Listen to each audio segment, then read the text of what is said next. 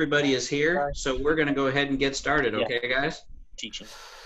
Sure, yeah.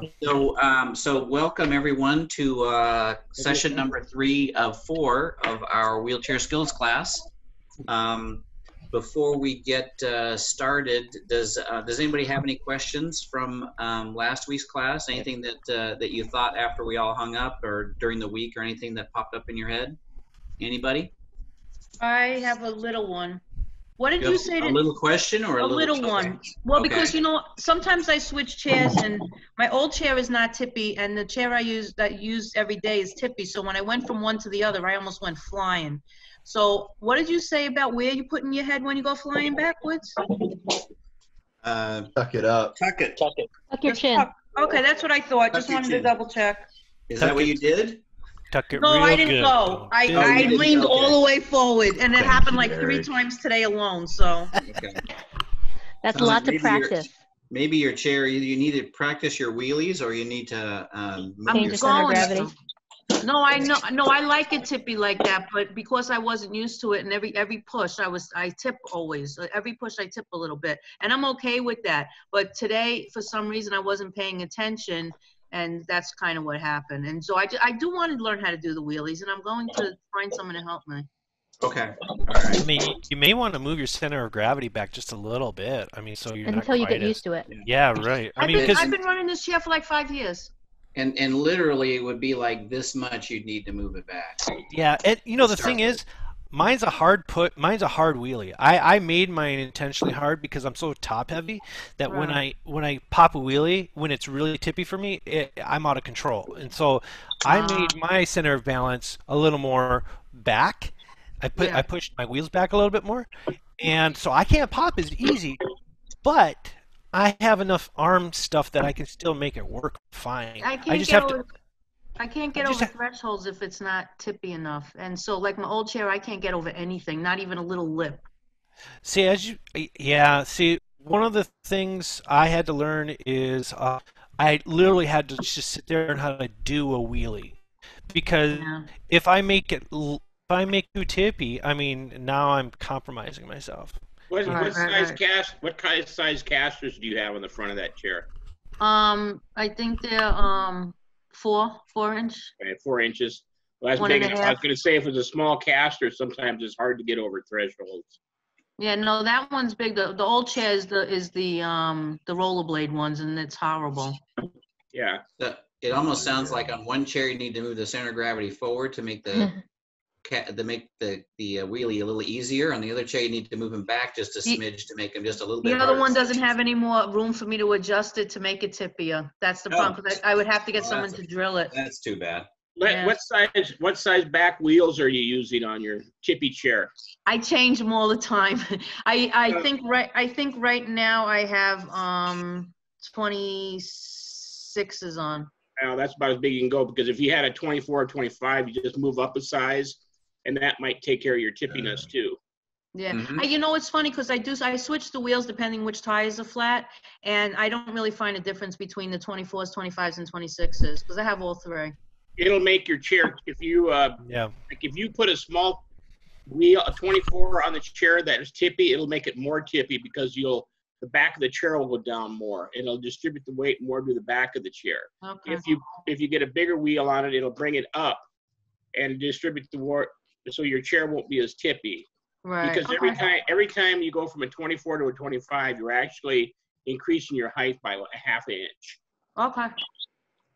I'll play with it because I have an icon, so it's easy to adjust. So maybe I'll make it slightly less tippy. But I think I'm better off just practicing wheelies and then seeing where I get from there. Yeah. Because I've been riding this chair for like 5 years. I'm used to it.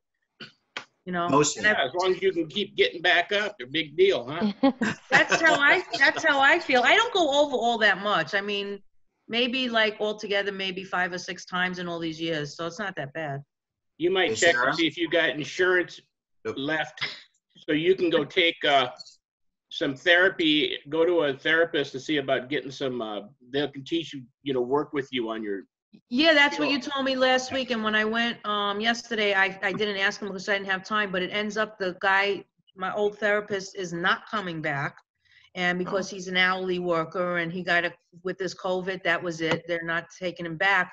So I don't know if the therapist I'm using, even though he's good with backs, if he knows how to do wheelies and stuff. So I'm going to ask him next week. I didn't ask him this week because there was too much other stuff to deal with, but I'll ask him next week. Yeah, there might be somebody else in the hospital or the therapy that might be able to do it if you can't. Yeah. All right. Christine can do it. Sarah, you have a question? Sarah, you're muted still. Sarah, unmute yourself. Upper right-hand corner of your screen, little blue box will pop down. There you go. Yeah, what kind of I had a question for her. I don't know what her name is, but what kind of a wheelchair do you have, if you don't mind me asking? My name's Michelle. I have an icon. Okay. Yeah, I have an icon. Oh, okay.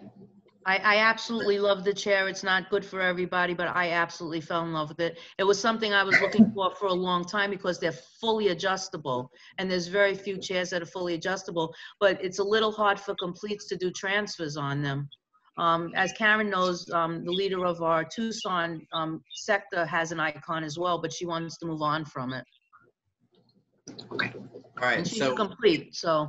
any other comments from last class before we get going with tonight's? Sarah did a good video on her transferring floor. Yes, I saw that there was a post about, I haven't seen Sarah's transfer video, so I'll have to watch for that. I didn't see it. Where is it? On her Facebook page. Okay. Can you at some point post that play it for the group? Yeah, she'll share it with me. Or you don't have it. Okay. No, I don't. You know how? Can you play it for us, Sarah? How do I go about doing it? That's a great question. Go to your Facebook page. Down at the bottom of this screen, it should have a share screen button. It's a green button. I know you're on your phone, but there's a green button at the bottom that says share screen. Okay, just a minute. Oh, no. Oh, no. Okay. It's okay. If not, just send me the link to it and I'll share it. She's got to make it public, though, if she sends you the link. Yeah. All right. So while you guys are doing that, we'll go ahead and get started with tonight's activities here. So welcome everyone, as I said, to class number 3. Just like we've done in the other 2 classes, I'd like to have everyone introduce themselves. If you're using a wheelchair, if you wouldn't mind telling us how long you've been using it, why you're in the wheelchair, and also if you're still in therapy, whether it's physical therapy or occupational therapy or something else. So my name is Brian Mazoyer. I'm a physical therapist assistant, and I work for one of the wheelchair manufacturers, and I'm the local rep here in Arizona. Christine? I'm Christine Beecham. I'm an occupational therapist at Banner Physical Therapy in downtown Phoenix. I'm an occupational therapist in neuro OT, and I do the seating clinic here, and I help out as a co-instructor. Dominic. I'm Dominic, T5 para, been so for 25 years. Avid crazy wheelchair user. Okay, all right. Joel? Hey everyone, my name is Joel Barnes. I'm a physical therapist assistant at Cobalt Rehab Hospital in Surprise. In fact, I'm going to be over at your facility tomorrow morning. Oh yeah, cool. Don't let him in. Michelle? Hi, I'm Michelle. I live in Tucson. I still go to physical therapy, and I forgot what we were saying this week. You were saying how long you've been in a wheelchair for, and if you're still doing therapy. 2006, L2, quarter Quano, and yes, I do use a wheelchair outside the house. Okay. Eric? My name's Eric Kenning. I work for the Spinal Cord Injury Association. My injury was at birth. I'm going to be 51 this year, so that many years. And I currently use a wheelchair, drive a car, do all of it, and not currently in therapy. Okay. Corbin? Where? Hi, my name's Corbin. I'm one of the instructors. Been around for a while. I guess a car accident in 1992. I use a chair all the time. Full-time job, full-time 4 jobs, and just do a bunch of stuff. Mr. Sweden. He's on mute. You're muted. Yeah, the little blue box upper right-hand corner. I got you, Ralph. Got it. Oh, Karen has control of everybody. Can you hear me now? I can hear you now. Yes, sir. Okay. I'm Ralph Sweden. Been in a chair 6 years. Muscular dystrophy and injured spine radiation. All right. Welcome. Go ahead, Andrew. Hi, I'm Andrew. I'm one of the instructors here as well. I'm T10, T11 para from a car accident in about 16 years ago. And not in the... All right, Karen? I'm Karen Halgren with the Spinal Cord Injury Association. I've been injured 18 years in November. I'm a incomplete. Oops. And where'd Gary go? There's Gary. Go ahead, Gary. My TV started acting up, so I had to shut it off. Gary Venjon was injured in 1978 in an auto accident. T12 paraplegic. I'm not in therapy. Retired. Retired works.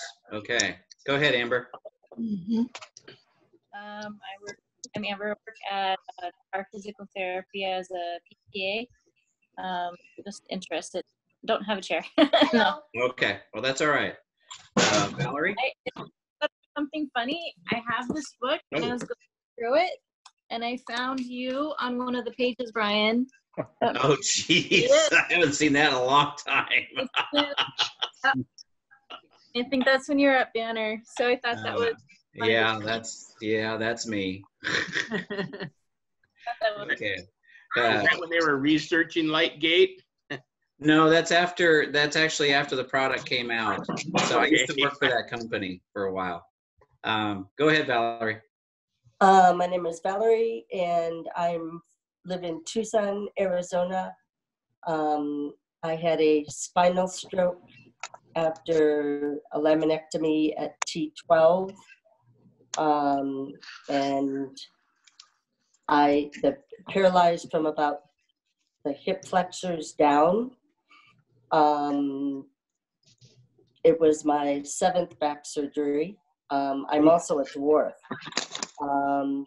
I have a power chair because my right arm is really bad and needs a rotator cuff replacement, which isn't going to happen since I need my arms. And rolling the manual got to be really difficult. So I was blessed enough to be able to get this. I'm also in the same local support group as Michelle, who's also in Tucson. I don't know if any of you other are in Tucson.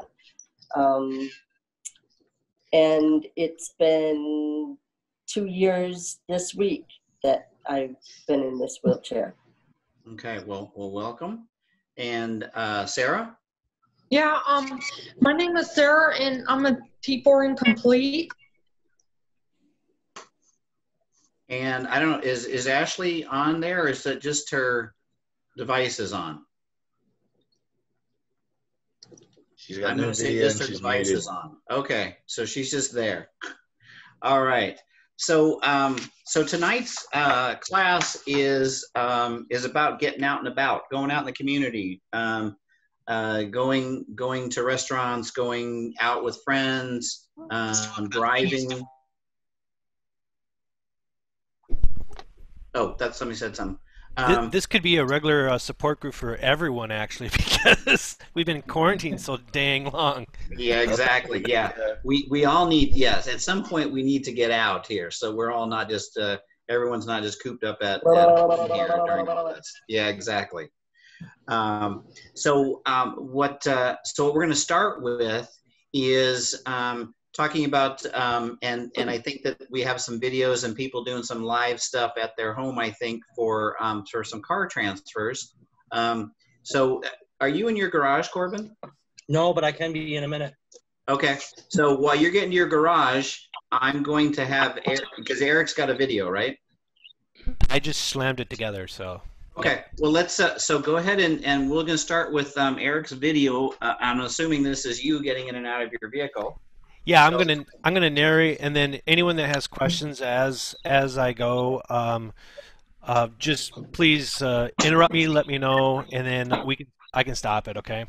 Okay. I'm gonna share my screen right now. Go ahead. Everyone can see it. Eric's saying that his video is slammed together as like going over to somebody's house and going, "Oh, please excuse my house, it's a mess." No, I learned how to use Premium Pro, and yeah, see, exactly.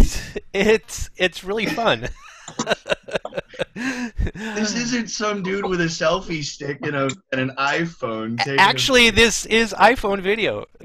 That's what an iPhone video is. So, okay, so this is a picture right here, and this is my front seat. So, what we have is hand controls. Now, I have a couple pictures going on with that. I'm just going to run this right now, and then you guys will see it. So it's going to go through a couple pictures, and then it'll go into the video. This just gives a couple shots of my car. So this is a close-up of the video. So with the hand controls, basically the way this works is I can accelerate by pulling it towards my legs, and then I can brake at any time during acceleration or when it's not accelerating. So the brake is universal across all dimensions. And that you just push forward, right, Eric? I actually pull it toward. Yeah, I push forward for the brake, and then I pull towards my leg for the down. Yeah, pull down for acceleration. for the gas. Okay. So right here, this is the back of my car. I have a Honda Fit hatchback. As you can see, I keep it really clean. So I can walk a little bit on my legs, very sparse, very sparse. I basically get them to spasm, and I have just enough energy to get around and get into the car. It takes a lot of energy for me to do this, but this is what I do. Like a lot of water too. Yeah, I need to go get water. So, and then I have a glove here, and that glove, because the car gets so hot, especially here in Arizona, I need the glove to keep me from burning my hands, and you'll see why in a second. So that's just to kind of give you the setup that I'm dealing with. So this is me getting out of the car. Now, a couple things to note. I'm taking my legs out first, hanging on to the steering wheel for balance, and then here I grab my crutch, and then it's all about placement too, you know. I mean, I got my crutch there. Now I'm holding myself. Crutch. Okay. Yeah, my my crutch, my crutch. Son of a. Okay, so now I'm going backwards here because I need to put myself into position for opening up this hatchback. If I don't do it right, it actually hits me in the head. So I have to come at it from the side. Otherwise, I get a nice little bonk to the head. So that's what happened. I always wondered. I know it happens a lot, actually.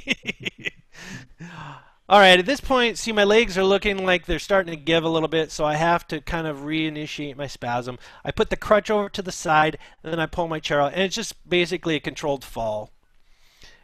And the brakes do not come on. I just hop right in. Wow.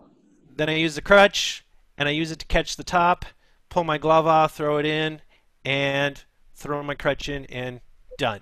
So that's how I do it. And this is how did I do two of the same video? Dang it, I did. Okay. Well, that's all I got then. It's just a repeat of the same thing. That's okay. A repeat is always good. Goofed. Oh, okay. So this is just a repeat. I thought I had a second one where I was going to go from the back to the front. And basically it's the same process. I close the hatchback by reaching and closing it while I'm at about this position right here. So I get to the side and then I close the hatch like that. But that's really all that's different about when I'm coming back. when you're going, when you're getting into the vehicle, Eric, do you go backwards up to the front door also? No, I go forward up to the You front okay. door. Yeah, I go forward. So it literally, I could play this video in reverse, and it'd be pretty much the same thing. So you always have the crutch in your left hand. Yep, and that's why Okay. and as the weather gets hotter, I'll use 2 gloves because even that crutch with that foam, it's still metal underneath that foam, and so it's still Yeah, going it to be gets hot. You know, I should probably get a 3D print of a crutch, to be honest, because you can get it with non-heat material, you know? So I had to think about doing that at some point. But anyways, that's the video. Thank you for humoring me, and yeah. Only you knew somebody with 3D printers. 3 printers? I know somebody who's got a 3D printer. If only you knew. I said if only you knew somebody with 3D printing capabilities. Yeah, I still have to come over to your place, Corbin. I got to visit your shop. I mean, good Lord, you have all kinds of goodies there. Yeah. I take it Corbin has a 3D printer. Road He trip does. to He told me. He told me a long Okay. time ago. 3D print me a crutch. Okay. All right. Okay. Thank you. Any questions? Anyone? Nope. Okay. So the I think that the hand controls are pretty. Those are relatively standard. What you have, is that similar to what you have, Corbin and Dominic, and Gary or anybody else that's on the call? I have Monarch. You have what? Monarch hand controls. Oh, Monarch, like a butterfly. Mm-hmm. Okay, but does it function the same way? Yeah, it's push right angle. Fly away. I mean pull right angle. Okay. I got a push rock. Oh, you have push rock? Push rock. Okay, that's what you have, Ralph. Yes. Okay. I believe So, that's what they call mine too. Is a push and rock. Push and rock. Okay. And Yep. since you're at your car here, when you get in, I'll have you just kind of talk about how the push rock works. Hopefully you're able to. So since you're at your vehicle and out in the sun there, Corbin, you're up. Okay. Can you guys see it good enough right there? Am I too far away? It could, if you could come closer, that would be great. But now I'm too far away from the door. Okay, if you could bring the camera closer to the door, that would be great. There we go. That's a smart ass. That's better. Yeah. Just crawl to the vehicle. How long have you known me, Brian? Apparently If too you move long. the camera to the left, that'd be great. Yeah. Is that his left or our left? Your other left.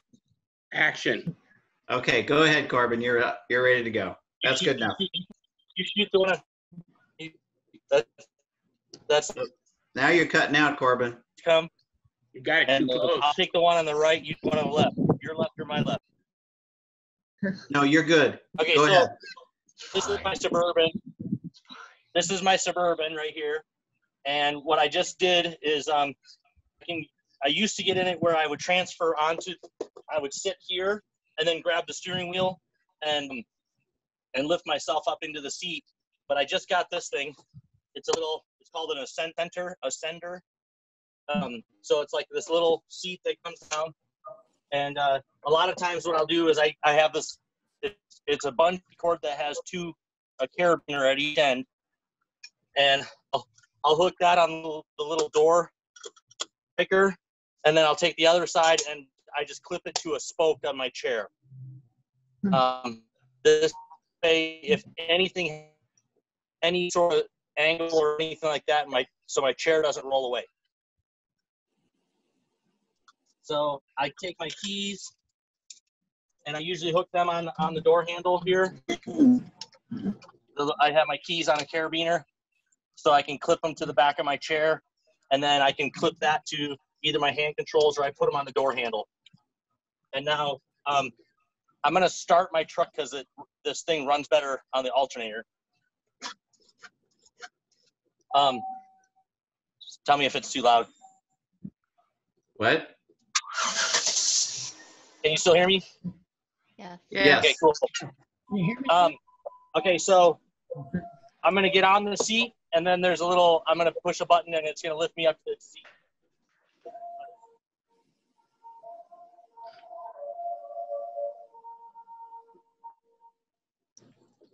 while he's doing that real quick, he made a couple really good points. As I'm going up, I put my feet in.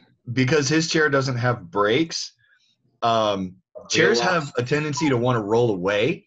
I was impressed by that because my chair rolls away all the time. So if you don't Hills become our enemy. That's a really good tip. It is. And I'm going to do that. the other one is he put his keys on. You can do that with a dog leash, or a dog leash works great.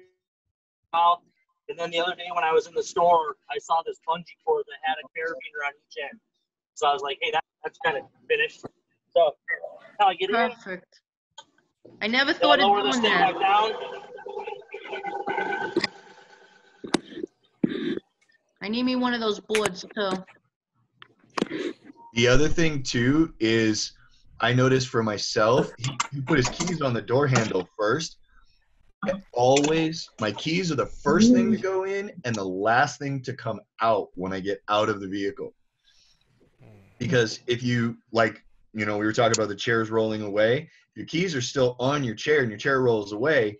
You can't, drive your vehicle over to your chair, wherever it ends up, and get your chair. So you're kind of set there. If you're out and there's nobody out there, then you're stuck. Same thing with when you get out. If you get out and your keys are the last thing that come out, then you can then, not lock yourself in your car and things like that. But yeah. Good points, Dominic. I was kind of hoping when Corbin was going up, though, we'd hear some Stairway to Heaven or something. Can you still hear us, Corbin? Getting out, I fold the seat down. Apparently not. Yeah, I'm thinking that. And I'm sorry, while I was talking, he was taking his chair apart. I didn't hear him saying how he was describing it.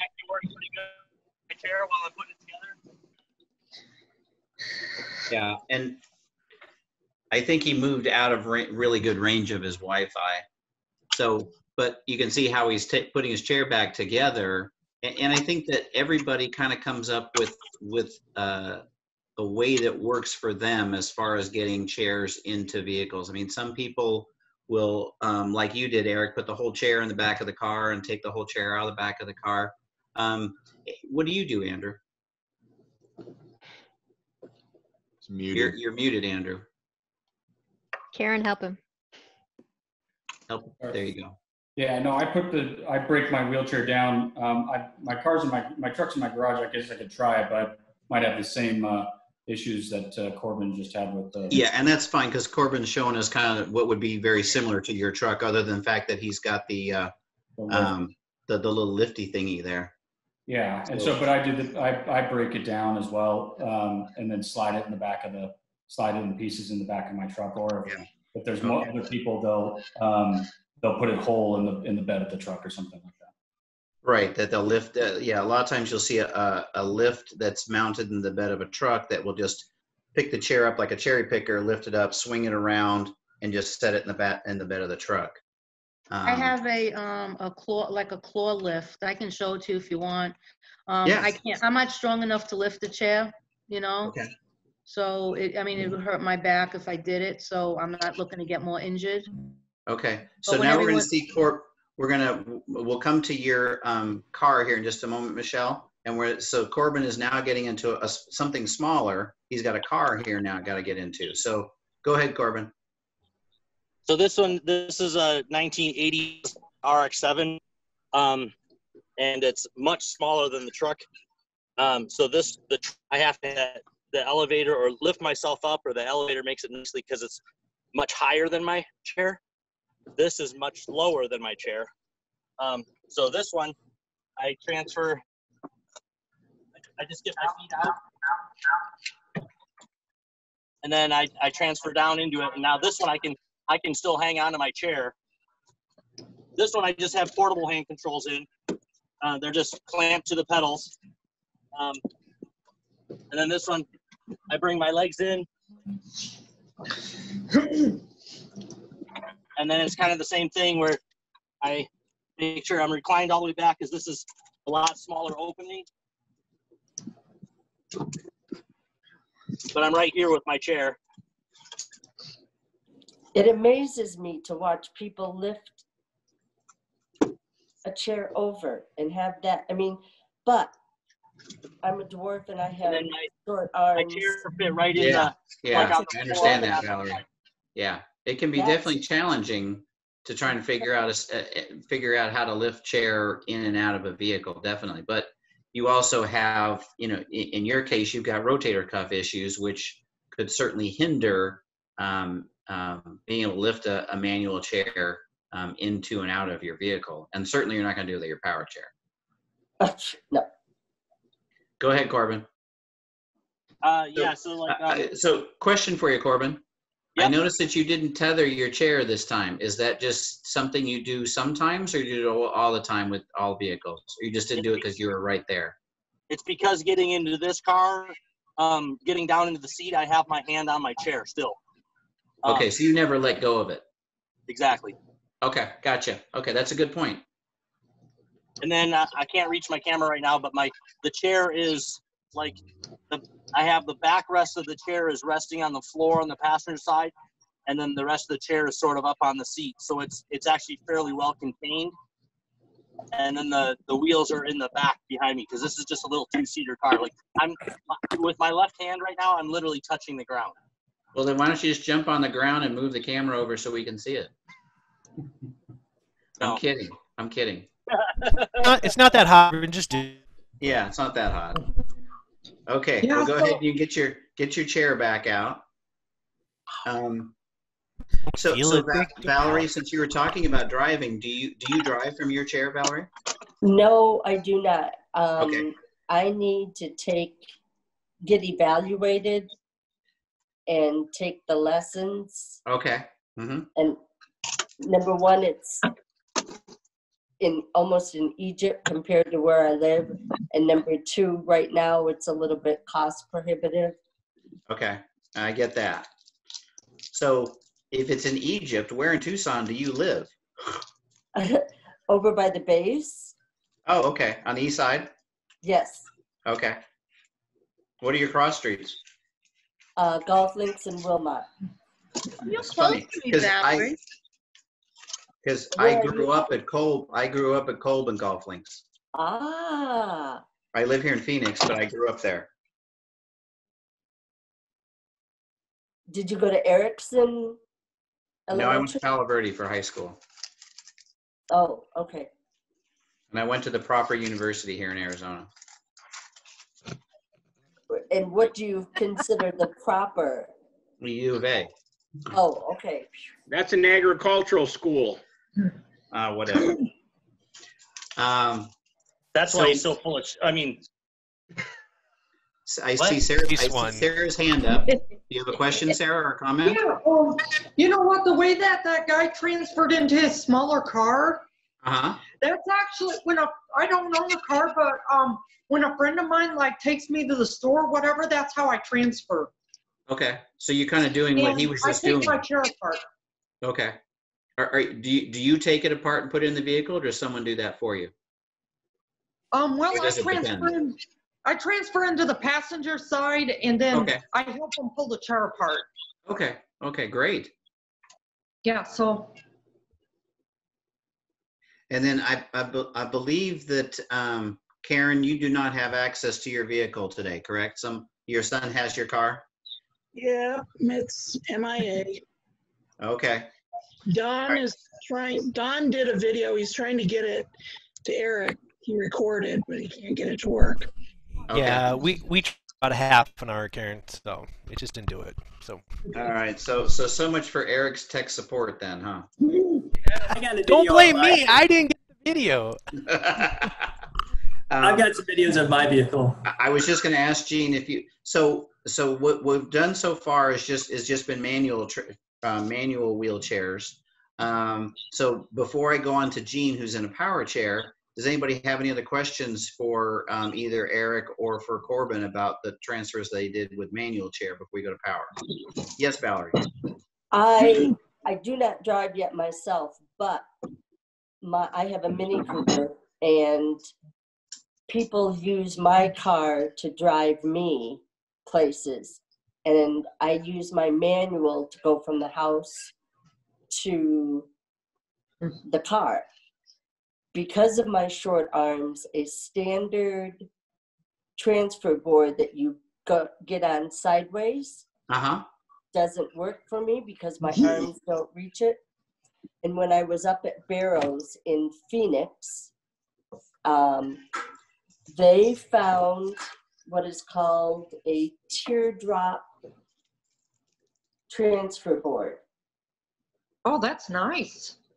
And what I do is whether I'm going to the couch, bed, or car, I go straight on to wherever I'm going.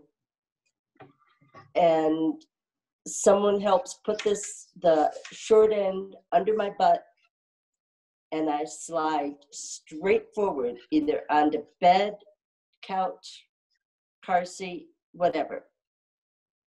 And if they had not found me this board, which you will not find anywhere. Yeah. I'm looking for it right now, and it showed a couple of boards, and then now I'm into teardrop trailers and bentwood shelves. So yeah, you're right. So where did they find that? In the back of their closet. Oh. And the company that they bought it from. Never heard of that store.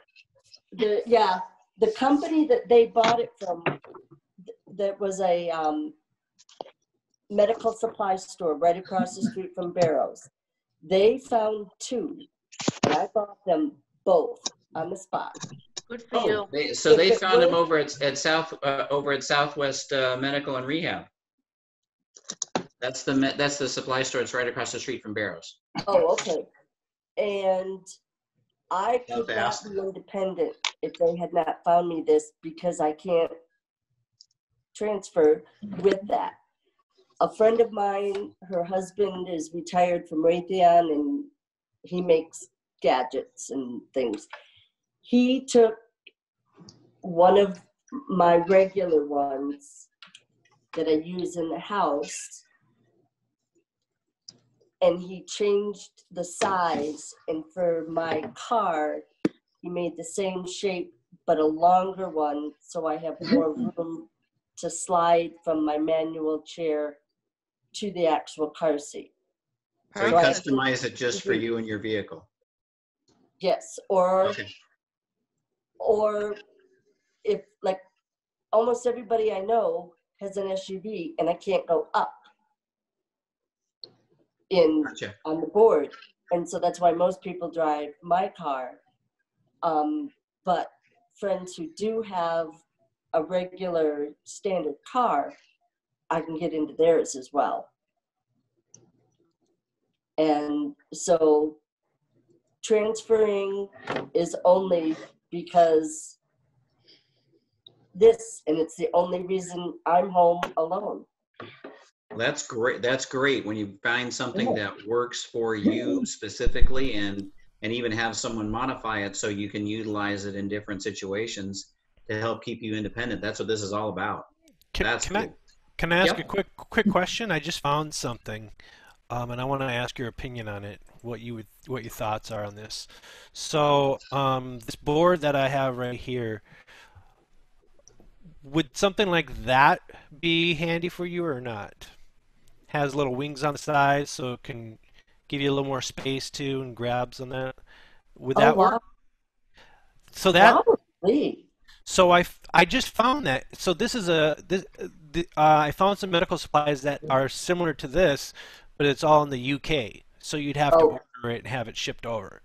But I mean, it would be better than nothing. And if this board ever breaks, I'm in trouble. Well, and that's what I'm saying is, if, right here, it's right here. So, that it would just be a matter of contacting this company and seeing if you could get it. You can probably always get a woodworker to make one though, as long as you have it and take the sizes and stuff. What does your board look like? Yeah, Corbin could make it. I mean, not that I'm Probably. volunteering you, but What does it look like? Could you show a picture of the website so I can screenshot it? I'm sorry. Here, let me. In fact, I'll get you. I'll put it in chat. Okay, let me find it again. I just closed it. So. If you go, Zach, if you go into the chat box, you can just type in the link there, and then she can just copy it right off of there. That's what I'm gonna do. So Valerie, on your screen at the bottom, there's a thing that says chat, and if you just click on that with your mouse, it will pop up a box on a white box on the right of your screen that says Zoom group chat, and I think that Eric is going to post the link in there, and you just copy that right off of there. I'm on an iPad and I don't see chat. So if you just kind of touch your screen at the bottom, you can see how it says there's share screen, there's chat, there's participants, and so if you just click on that chat or just touch that chat box in On your the case. iPad, it's on the top right and says more. Yeah, it says what? More. Oh, more. Okay, well there you go. Hey, Valerie? Yes. Does your power chair have seat elevate? Yes. So if you're trying to go to a friend that has a SUV, you could probably go from your power chair and then come down from your manual.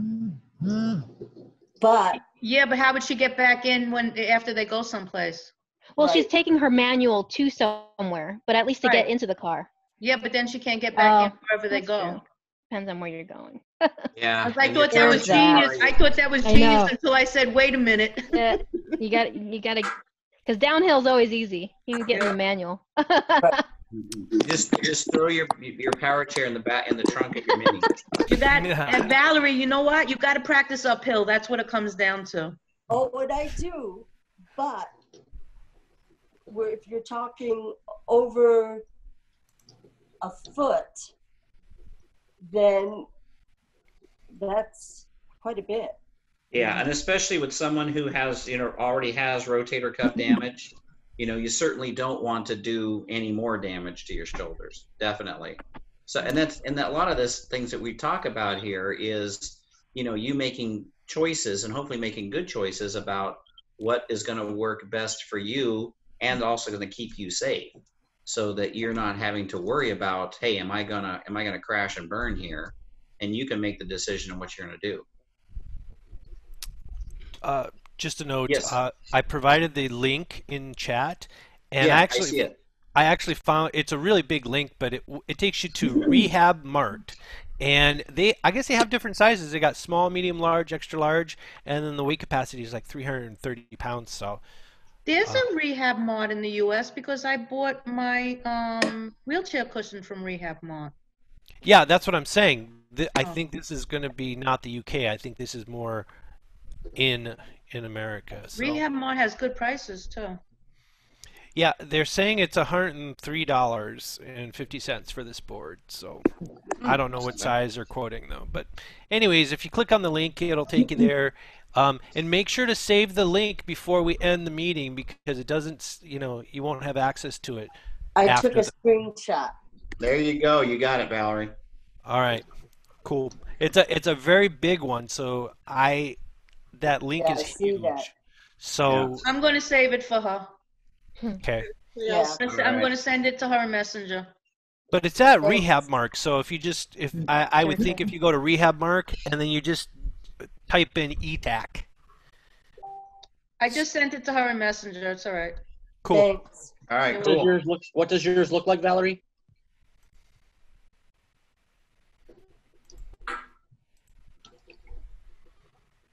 Okay.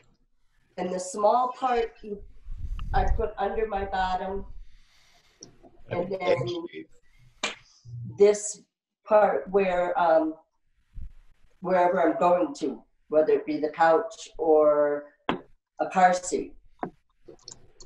Okay.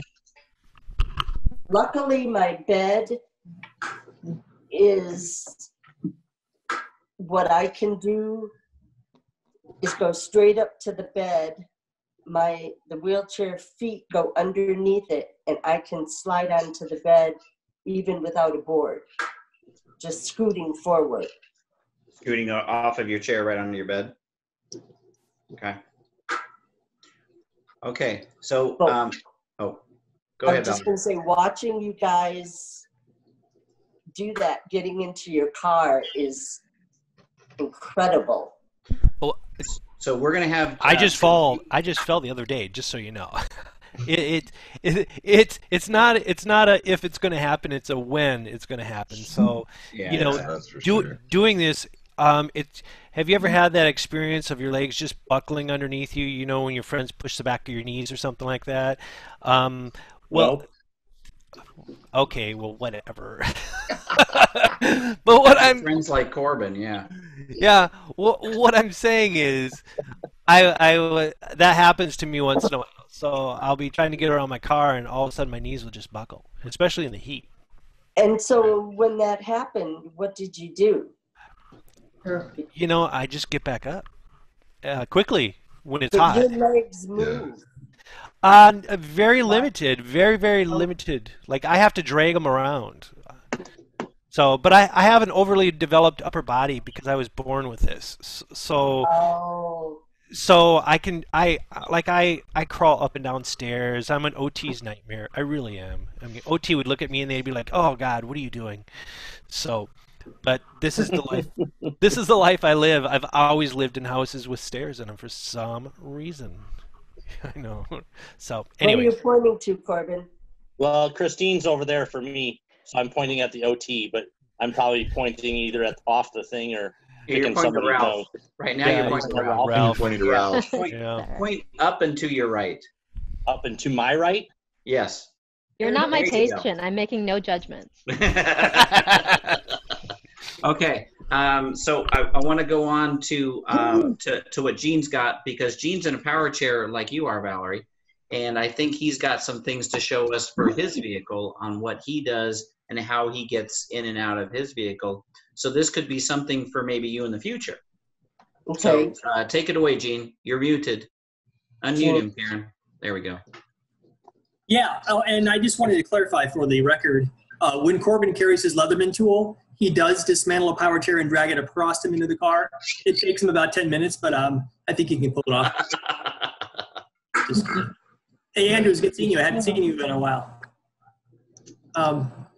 So I've not done a screen share in Zoom, so bear with me. I've done it in the other ones. I don't think I'll mess it up too bad. Okay, just down the bottom, you just click where it says share screen. It's a green. It's a big green. If you're on a computer, it's a big green box at the bottom. Yeah, I got that. I'm just trying to.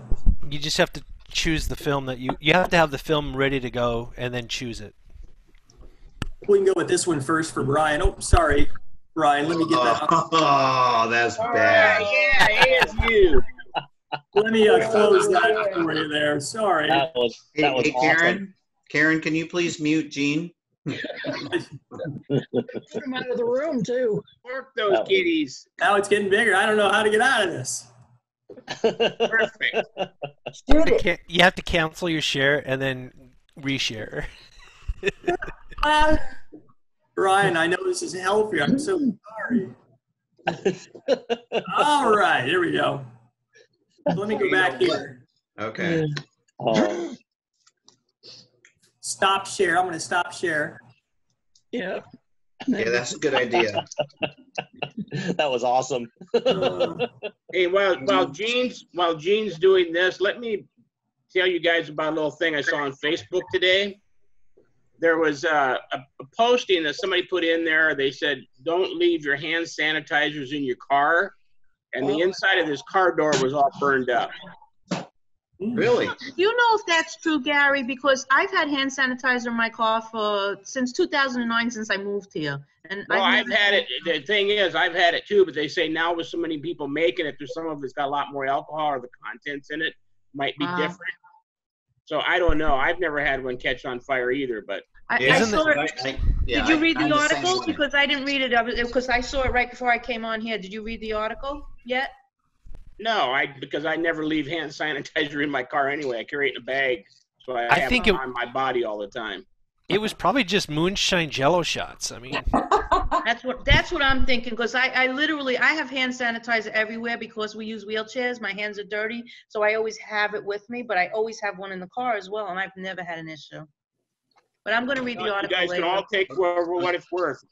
Yep, I'm going to read it later. Go ahead, Gene. If your car burns up, it's not our fault. I'll let you know, Gary. All right. Okay. Thanks, okay, Gary. guys. Let's give Gene the floor here. Gene, go ahead. So I had 3 videos. I just broke them up because they're kind of big, so it's a little easier. I was going to email it to myself, but I couldn't. But anyway, I downloaded them. But this is the video. First video is how I get into the vehicle and whatnot. Gene, So, we're not. Oh, okay. I was going to say we're not seeing it yet, but. Oh. So all that I'm seeing right now is your desktop that Files, shows the images. Yeah, and I'm copying all your files. Let you know that. You have to. You got to unshare, and then you got to make the video go, and then share it. Oh, okay. Well, let me. You have to open up the video first, and then once it's open, then reshare your screen. Okay, let me do that again. Sorry about that. No problem. No problem, man.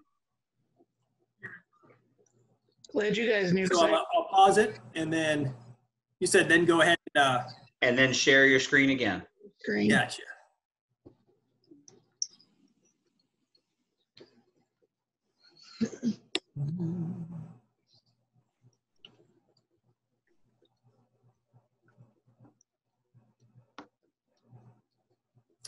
So if I do this here, can you see that now?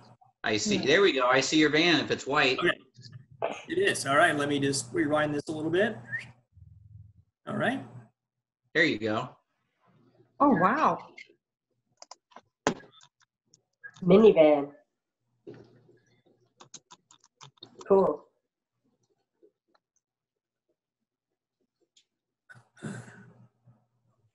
He keeps candy inside. Yeah. Or she's going to melt. I learned that from Corbin. I'm glad you paid attention. Oh, wow. Wow, that's nice. I want that. Everyone's jealous of how fancy you are there, Gene. Yeah. Well, I wanted to be in my 40s single driving a minivan, and my dream has come true, so you're welcome. There you go. So I've got 2 more videos. Do I stop share again and then redo it, or can I just back out of this one? You'll have to, if they're not, are the other videos open or are they closed files just like this? No, one? I'll stop share for a second. Okay, so you got to stop sharing and then go ahead and close that one and then open up the other 2. Got it, okay. Hi, Amber's daughter.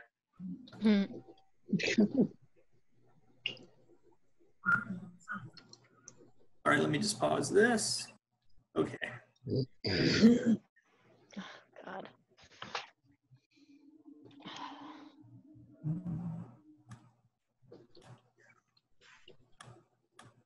All right. So I've got it there. Let's see if I can do it here.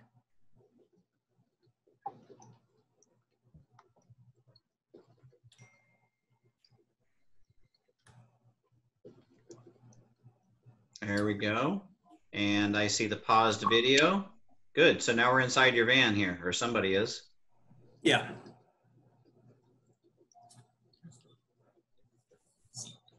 So you drive from your chair, right, Gene? I do, yeah. Okay. So you can see his controls are a little bit fancier than everyone else's because of how he drives. So that's the mounting plate that his chair docks on. He just drives right over that. There's a bolt that sticks out from the bottom of his chair, and he drives right over that, and it locks his chair in place. Oh, I want that so bad. Wow. And I've got the same thing on the passenger side if I take that chair out. Oh, so you can be a passenger or a driver. Right. It looks like that's a Q-straint, isn't it? It is, yeah. Yeah. What's the wooden blocks on the floor? On the They're left? plastic, and it just keeps my chair from tipping forward. Okay. I brake really hard. So you can see how he can control everything in his car. Is that what the panel's for? For I see it That's looks for like the windows and secondaries, everything. Yeah. And then there's your hand control for I'm assuming acceleration and brake. Yeah, in the next video I'll show you that. Okay. Do you have a Brody ball on your steering wheel, or just use the steering wheel normally? I don't use the steering wheel, but if somebody else is driving, because you drive from the controls, right? Okay. But if somebody was going to drive on a long trip, they can drive with the steering wheel. Okay. So you could put a driver's seat into here, and a person without a disability could drive the vehicle. Yeah, I have that seat in my garage. Okay. So let me pause this, and I will grab the third video here. So Nice. if I may ask, you bought the van and then had that done after you bought it? You can. I didn't. I actually bought this van converted, and I had those hand controls installed. It had a 6-way power seat in the passenger side because the person I bought this from, he didn't drive, his wife drove him. And then so the VMI conversion, the lowered floor, the North Star, that was all done. And I had the DSM Scott system installed after I had purchased it. And, So and it you came to had you. the floor locks where your power chair locks in, that was done after you bought it. That's actually, none of this is cheap, but cost-wise of the conversion, that was the cheapest thing.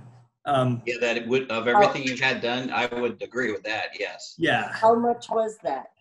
Just the lock-in? Just the lock-in. Oh, I think you could do the lockdown and get that installed for probably $350. It's not that expensive. It may be cheaper than that. 350? Yeah. That's including the lockdown mechanism as well? I believe so, because I paid for the second one to be installed. And I think it was about $350. Oh, really? Okay. I would have expected them to be more expensive than that. Okay. Well, that's not as bad as I thought. And maybe I got a used one. I don't know, but it wasn't.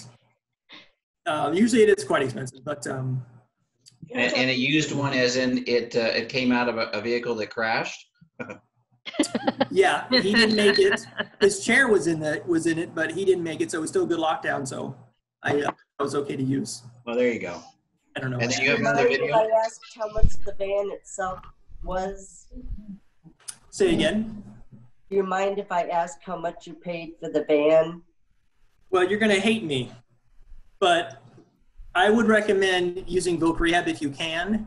So when that van sold, vocational rehabilitation, they helped me a lot with the purchase of the. Excuse me, they helped me with the hand controls. I had to buy the chassis, but I was very lucky in the sense that when that van was sold new, BMI made 10 of those. It's a 25th anniversary van. That's why it's got the carbon fiber on the inside. And I thought it looked really fancy. It is. It's a nice van. Do you give rides to soccer players? Yeah. And only kids? people who are not born with a disability have to have acquired one later in life, so you might be off the hook there, Eric. Shoot.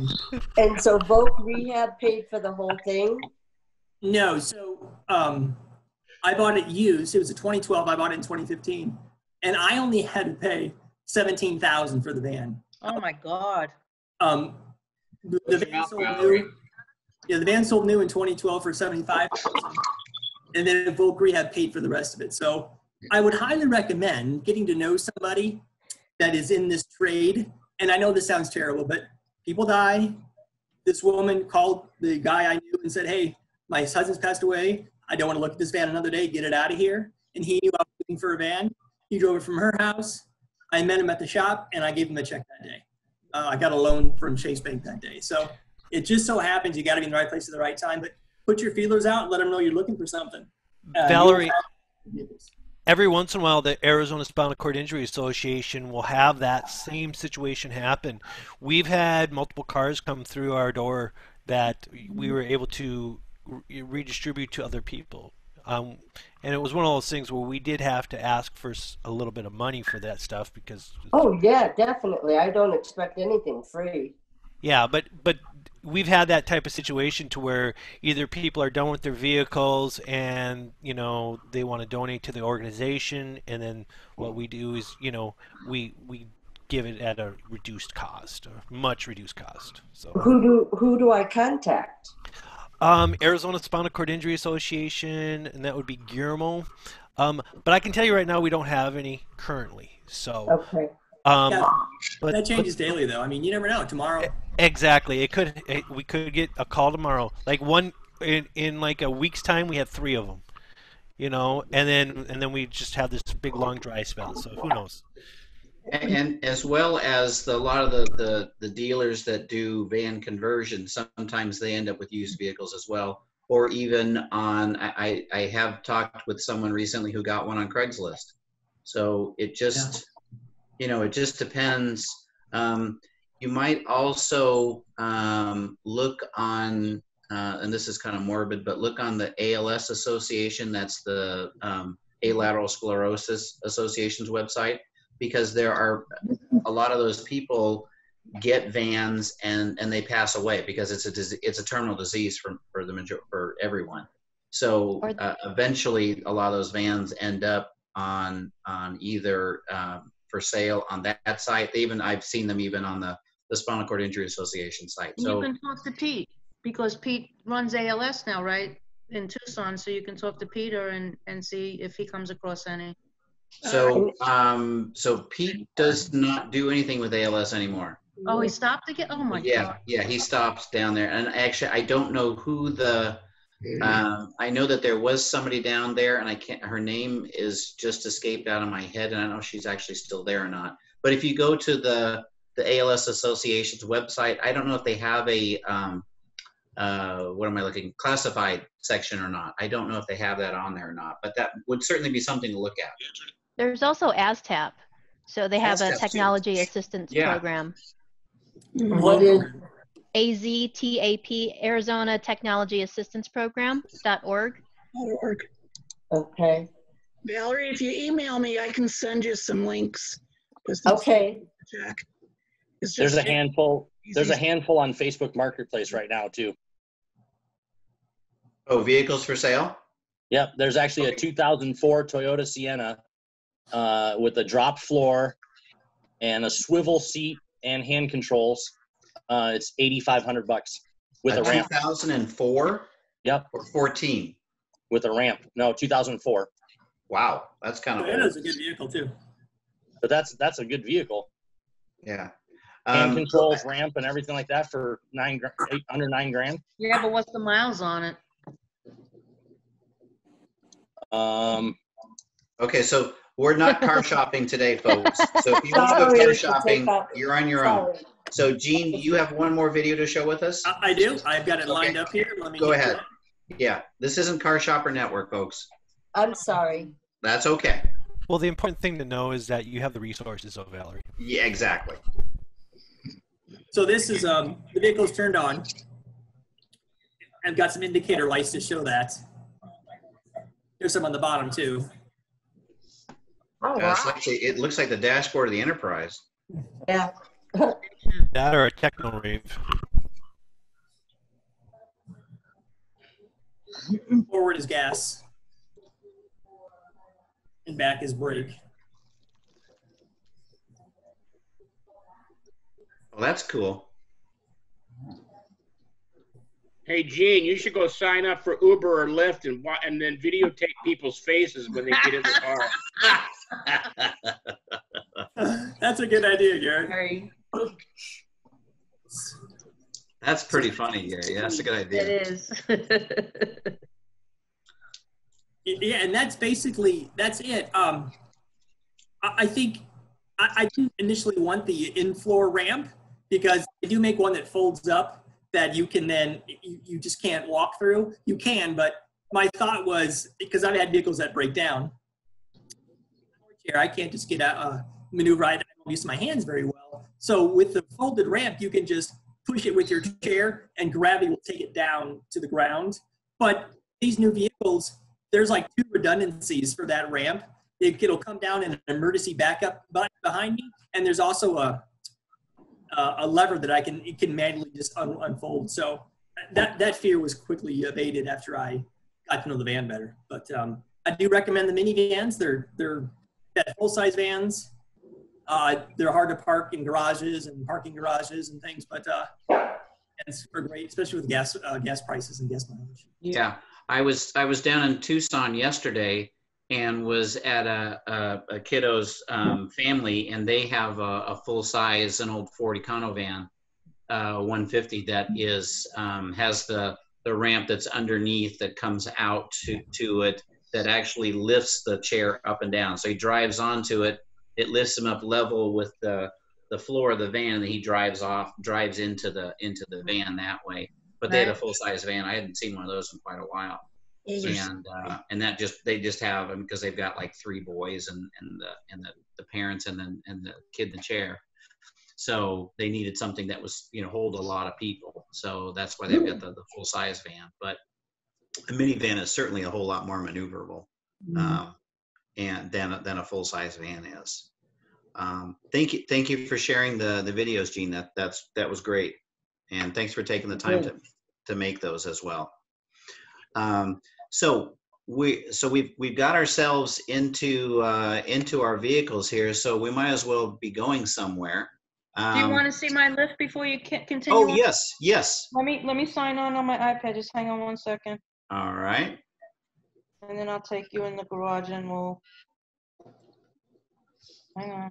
And while you're doing that, Valerie, I think Do Independence has a presence down there once or twice a week. I know Jill was the individual I used for the driver training, but they've got a number of individuals. But I'm happy to share their information with you if you like. But I believe they come on to help with driver training. Is that Jill? Is that Jill Scalise? Jill Scalise, yep. Yep. I used to work with her. Oh, there's Michelle. Michelle is moving. I'm moving, going into the garage. Okay. Oh, need the keys, right? Go. Keys usually help. So you can see, like, let me turn. Okay, see, that's the old chair. All right. So I have everything on automatic. And there's where my chair sits. Could you see it? Is it light enough in here? Yeah, I can see the frame of the chair. So I can open the garage so we get more. All right, so here's my hand controls as well. Yeah. All right, so I have, let's see, tell me if you can see, because I can't see now. So mine just comes out like this. Oh, a speedy lift. Oh, you had one of those at one time, didn't you, Corbin? Yep. Or something like it? Yeah. No, I modified one of those for a 4-wheel drive truck. Yeah, for your old Toyota. Hey, could I?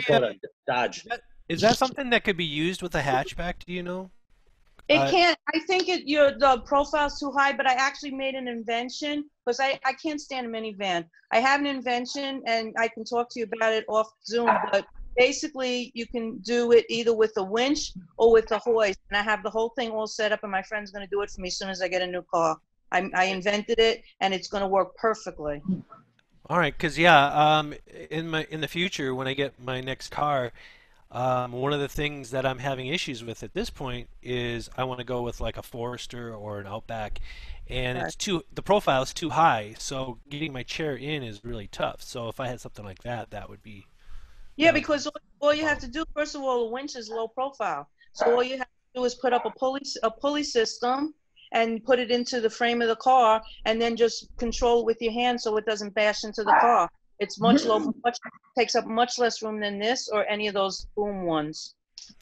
Okay. So I came up with the new design. Because it was pissing me off that I have to buy all these expensive things. But I just love the way this works. And then I actually emptied everything out of my car. I don't have any seats. I just really take everything out. So, sorry, my dog barking. Is that you barking, Michelle? It's my dog. Yeah, I screwed up. I don't have it right. Gotta move it back. because it moved. Okay. Hang on a second.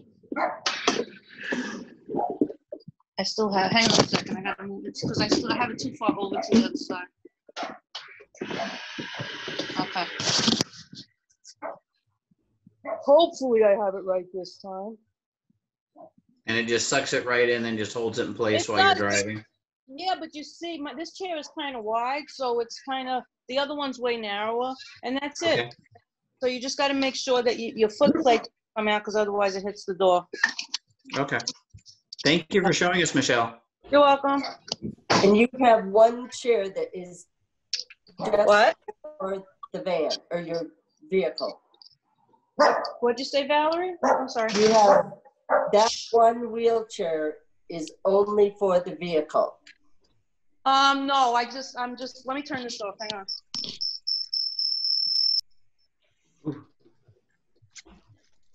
Uh-oh, oh, there she is. Okay, you're muted, Valerie. You're muted, Michelle. There we go. I just, because I was losing weight, I just wanted to play with my old chair is all. So I usually just use the one that's in the car. That's my favorite chair. And if you saw on the floor while I was walking in there, there's a Firefly also. And that's what I use to run my dog. I did see that. I love that thing. So just as a side note, because we're going to talk about other accessories and toys and things next time. If you've got time, take a video of you using your Firefly. It's kind of I cool. actually have one already. Okay. I have one with the dog versus Firefly, and the dog won because he can go faster than the Firefly. All right. So we've got ourselves in our vehicle. So so we need to go somewhere. So when you guys are going out for, say, dinner, so you're meeting some friends for dinner, what kind of things do you do before you just head off someplace? I know that a lot of times nowadays, most places are pretty accessible. But is there anything that's special that you do, Andrew, say before you go out to go anywhere? Do you call ahead or do anything like that? Or did you? Maybe I should ask that. As far as nothing really particular, there are some restaurants, if you go into like a little bit of older buildings or something like that, that you know they're going to be a little bit more narrower walkways or routes to tables. I certainly will call and kind of get an idea, give them a heads up that I'm coming in and tell them exactly kind of what I need. And that's really the biggest thing that's going to be most important, something like that, where you have to be very specific about what it is that you're going to be requesting from them, or I want a table near the restroom or something like that, so I can go, or I need a table that's going to be this height, or whatever the case is. Because just saying to the poor 16, 17-year-old hostess that I'm in a wheelchair, she doesn't know, and as we all know, there's so many differences amongst all of us. So it's really just being aware of what it is that I need, or whatever issue that I'm particularly worried about, and be specific about that when I call ahead to any restaurant or any place that I'm not 100% familiar with, that I haven't been before, or something like that. Yeah, because especially that 16-year-old's picture of a person in a wheelchair may be that you're some 85-year-old man that somebody is pushing you in. You're some old man coming in there. And so I didn't point you out, Gary. I was just saying. I resemble that. You might be resembling that soon, yeah. But that someone is pushing you in a wheelchair, and that may be her experience of somebody with a wheelchair. Yeah. So I think it's important that you're, like you said, being specific about what your needs are. Yeah, and it's also certainly not being afraid to ask. I mean, the worst thing that can happen is for them to say no. But I think the more people ask, it's not. We're not asking for unnecessary things, or you're not asking for unnecessary things. But I mean, everything from the height of lifting tables up, putting tables on some sort of dishwasher or dish racks or something like that. I mean, restaurants will do all you might never think about, and so it's just worth an ask. Like I said, if they say no, they say no. So. Hey, but listen, the one thing y'all got to remember when you're going out to dinner, everything's maybe different now than it used to be. Their seating arrangements and everything else might be different, so you might want to get there early to make sure that things are still accommodated. You don't know what they've done to their remodels or putting plexiglass in or what they might have done to spaces that they have. So be prepared. That's a very good point too, Gary. Yeah, because you never know with changes that people have been doing now, how they've changed their restaurant. So yeah, that certainly is a good point. And I think that, and we're going to talk about some traveling here in just a moment, but I think the biggest take home thing here is remember that you're the ambassador for the next person that comes along in a chair. So if you're that person who is a pain in the butt and whines about everything and just is not very cooperative or is not open to any other ideas, the next person that comes in, that person you've been dealing with is going to have you're kind of jading that person to the next person that comes in a wheelchair. So remember, you're always going to be the ambassador for the next person that comes along, especially when you're dealing with someone who may have never dealt with it. You got that 17-year-old hostess who's never seen anybody in a wheelchair or dealt with anybody in a wheelchair, and they find someone who's a pain in the butt, and they think everyone who's in a wheelchair is a pain in the butt. Now, most of you are. So, but you're trying to, you're trying to be a pain in the butts. Yes, Karen, exactly. Can you go ahead and Well, now, I don't know you well enough, Michelle, but I know a lot of these guys on here. They all are. I am. You can include me in the group. Okay. I resemble that. Karen, can you go ahead and mute Brian? What's that? So we've been out to the restaurant here, went out with some friends. So now we're deciding, hey, we're going to go fly somewhere. We're going to go to the airport.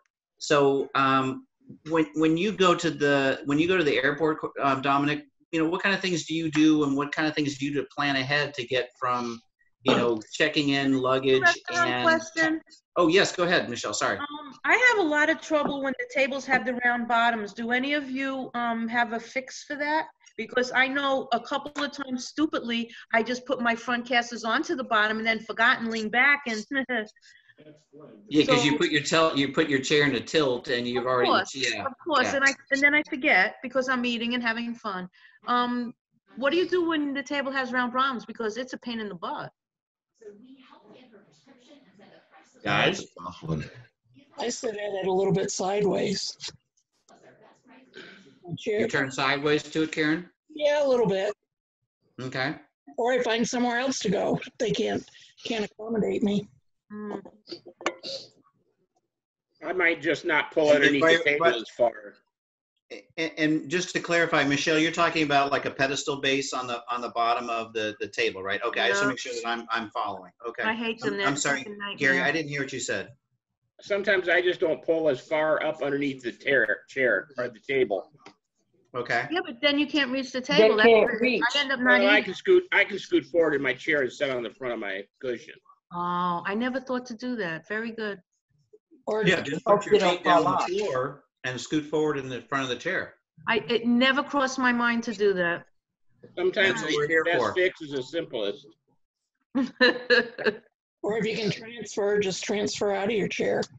I know the reason why I don't usually do that is because I'll be in a lot of pain the next day if I sit on one of those chairs in restaurants. Can you pull your cushion off your chair and sit on it? I could. I can try that next time.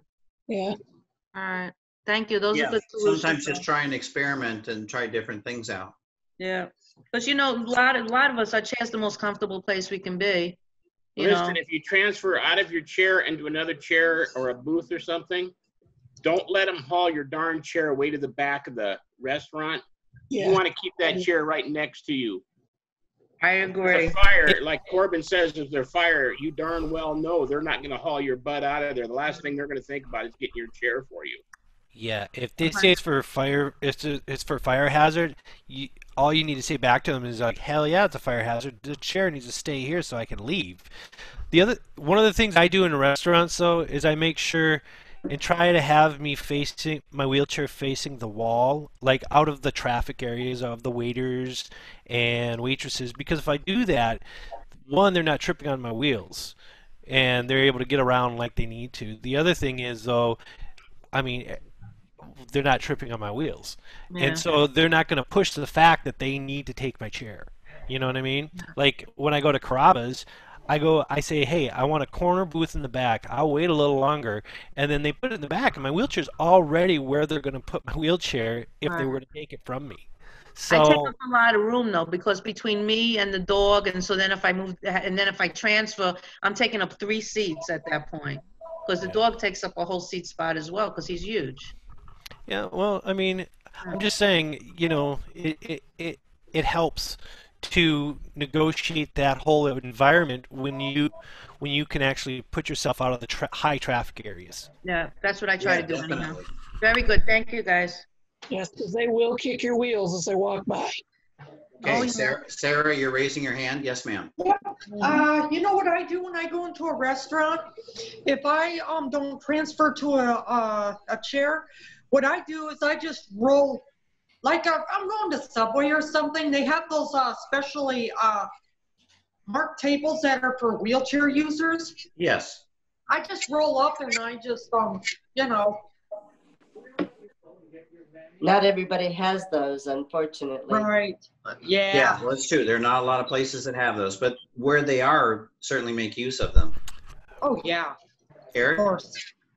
By the way, when we're talking about traveling and going out, there's something, the Costco here in Mesa, where over by Sossaman, they have a grocery cart that actually straps onto the front of your chair, Nice. and so it's Wow. hands free, so you can just push and push and push and go, and it's wonderful. I tell everyone about it because it's one of those.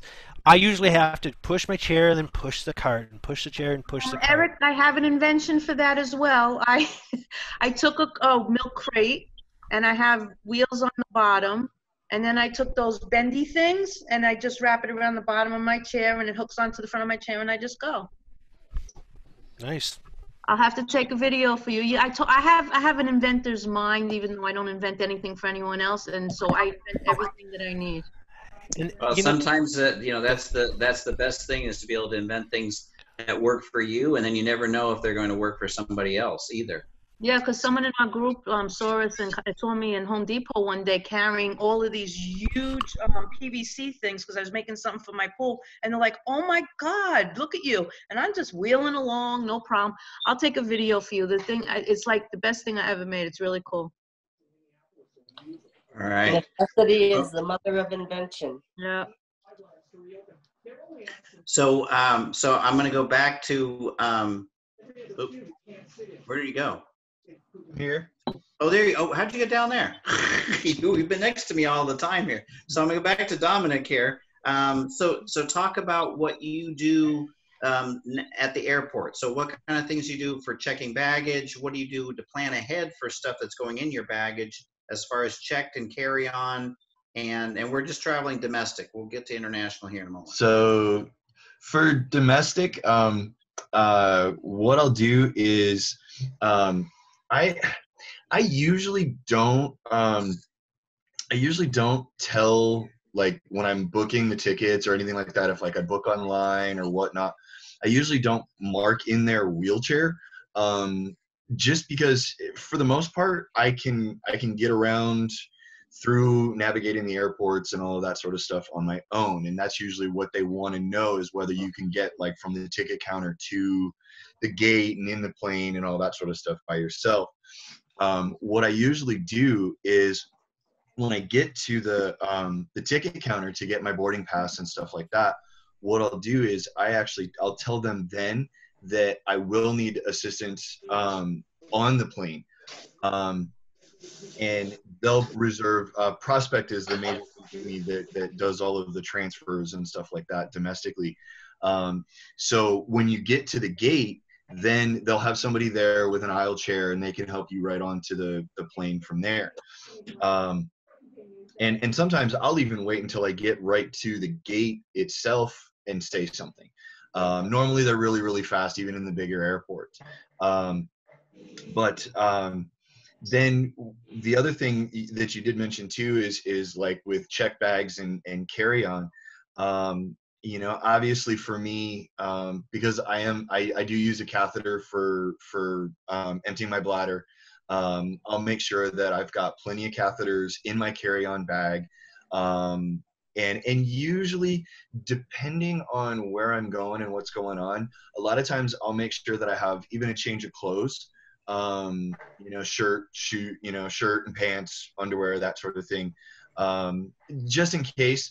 There have been times, you know, I've had accidents or whatever in travel. And then sometimes like, you know, anybody will travel and their bag gets lost or whatever. So have, you know, like an overnight worth of clothes, toothbrush, things like that, you know, always good to have. And then checked baggage, just so everyone knows, if you have more than, I think it's like, they consider like more than 60% of what's in the bag, if it's medical, you know, whether it's catheters or a commode chair or something like that, if it's in your bag and it's more than, I think it's like 60 or 70% of the content in the bag, it is considered medical and it's not charged as a checked bag. Mm-hmm. So, like there are times that I travel like with my hand cycle or another wheelchair, stuff like that. That's not charged. That's medical equipment and there's no charge. Doesn't matter what anybody says. The other big thing, and this goes for domestic and for international travel, more so for international travel, is what's called the Air Carriers Access Act. And this was a very, very important thing that I learned actually on the bad side. I was traveling to China and Air China wouldn't let me on the airplane because I didn't say that I was in a wheelchair when I booked my reservation. And their first excuse was, well, where's your caregiver? So, well, I don't need a caregiver. I'm perfectly independent, flying on my own. I can transfer on my own. It's not a big deal. Oh, well, the trip to Beijing is like a 14-hour flight and we need 48 hours notice for you to have an aisle chair to use the restroom. Well, I don't need an aisle chair. I'm fine. It's, you know, I'm good. And here's another thing too, is I will use, on long flights like that, I actually will put a Foley catheter in and use that with a leg bag so that I don't have to use the restrooms on the planes. I can take longer flights. Same thing with domestic flights. If you're taking like an LA to New York flight or something that's, you know, long enough, I'll do that before the flight. You want cath right in your seat? What's that? You want cath right in your seat? I do sometimes. I do sometimes because the catheter that I use, I actually have a Coloplast catheter that is, it's a bag and cath and everything all together. And so sometimes, especially if there's nobody sitting next to me or if they've gotten up to go to the bathroom themselves, I'll just take a blanket and I'll just kind of hide underneath it and I'll cath myself there. Just put a blanket over your lap and do it. I wouldn't go to those bathrooms because I don't have enough balance to do it. So and I don't even need to cath anymore, but if I have to, I will. I still have the skill because I had to do it for years. There's a lot of those little tricks. Like I said, you know, I'll wait until the person sitting next to me, like they go up to go to the bathroom and I'm fast enough that I can do it before they get back. One of the biggest things, and we talked about this in one of the previous classes, I was talking about the balance of my chair and carrying a backpack. So what I did was, which I believe you were supposed to have packed and ready to go for today, right? I did to a point. Okay. Okay. So, cool. This is one of my packs. This is what's considered a 65-liter pack, and I can carry about 35 pounds worth of clothing and catheters and all of that sort of stuff in this pack. And what I did was I actually filled it with those shipping air little cushions, the packing cushions. Yeah. So it weighs nothing, but you can at least see what it's like full. This is how big it is. And I throw this one on my back. Now, are you checking this, or is this carry-on? This is so big that this one has to be checked. Okay. It's not a carry-on size. So you can see where it sits. It sits kind of high because it clears my backrest. I have a hard carbon fiber backrest on my chair. So that way I can kind of lean forward and be able to balance with this on my back. Because when it is actually fully loaded with clothes and stuff, it is kind of heavy, and it will make my chair a little bit tippy. But this was a big change for me, going from like a rolled suitcase and trying to push that through an airport. I went to this, and now I'm all together, and my hands are on my wheels. I don't have to try to hold onto the suitcase and push my wheelchair at the same time and deal with it going crazy and stuff like that. So this was a big change for me. Again, with the way your chair's set up, it might be a little tippy. So just make sure to keep that in consideration. Well, the way Michelle's chair is set up, she'll be on her head. It sounds like it. Yeah, it sounds like yours is already a little too tippy. Hang groceries on the back of my chair. Trust me, I know. Yeah. So I guess I didn't finish with the Air Carriers Access Act. And when they wouldn't let me on the plane, at that point, I thought I was dead in the water. I wasn't going on my trip. They were not going to let me on that plane. It was one excuse after another, all medical related. They, were fighting me on it. Well, I found out later that there's what's called the Air Carriers Access Act. And it is basically like an international ruling for all airlines, and it trumps anything the airlines have to say. It's basically like an ADA worldwide. And what you can do, you have to, if you have any sort of problem at an airport, you can actually request an Air Carriers Access Act agent. They are at all of the major airports. And that person will then come to the ticket counter or the gate or wherever you're at, and they will help resolve whatever this issue is. And basically, it would have meant me being able to get on that plane and make my flight. One of the other things you did not make, which I didn't end up making. So I ended up on my drive home, well, not while I was driving, but I got home and I was posting all over social media like, yeah, I can't go and make my trip. I'm supposed to go do this hand cycle trip, blah, blah, blah. And that was when my friend Candace, she piped up about the Air Carriers Access Act. And then another friend of mine, he piped in and through a series of really cool things that happened, I was able to go back to LAX the next morning and hop a flight on United to then fly to Beijing and still make my destination, which was really interesting because once I went to the United ticket counter, the lady that was at that was working the ticket counter, she's like, oh yeah, she's like, my uncle's in a wheelchair. She's like, that's free, that's free, that's free. Like, she knew the whole thing. She knew what my hand cycle was. She knew my chairs, all that sort of stuff. That's it nice. was a totally different experience than I had with Air China. And so ultimately I was able to make my destination the next day and everything. But this Air Carriers Access Act, what it also does too is, like for example, Qantas, when you fly internationally, it is actually in their fare rules on their ticket that says they are not responsible for any damage to wheelchairs or accessories in the flight. They've waived their liability on everything. But the Air Carriers Access Act trumps whatever they say. So if your chair is damaged in flight, your cushion's damaged, your wheels, anything like that, they are ultimately responsible. So no matter what the airlines say internationally or domestically, that one thing covers all, no matter what the TSAs say, nothing. I've had 3 airlines fined for messing up my stuff and not treating me properly. 3 of them. Have you really? Yes, I did. I was, because I got pissed off. Don't get me pissed off.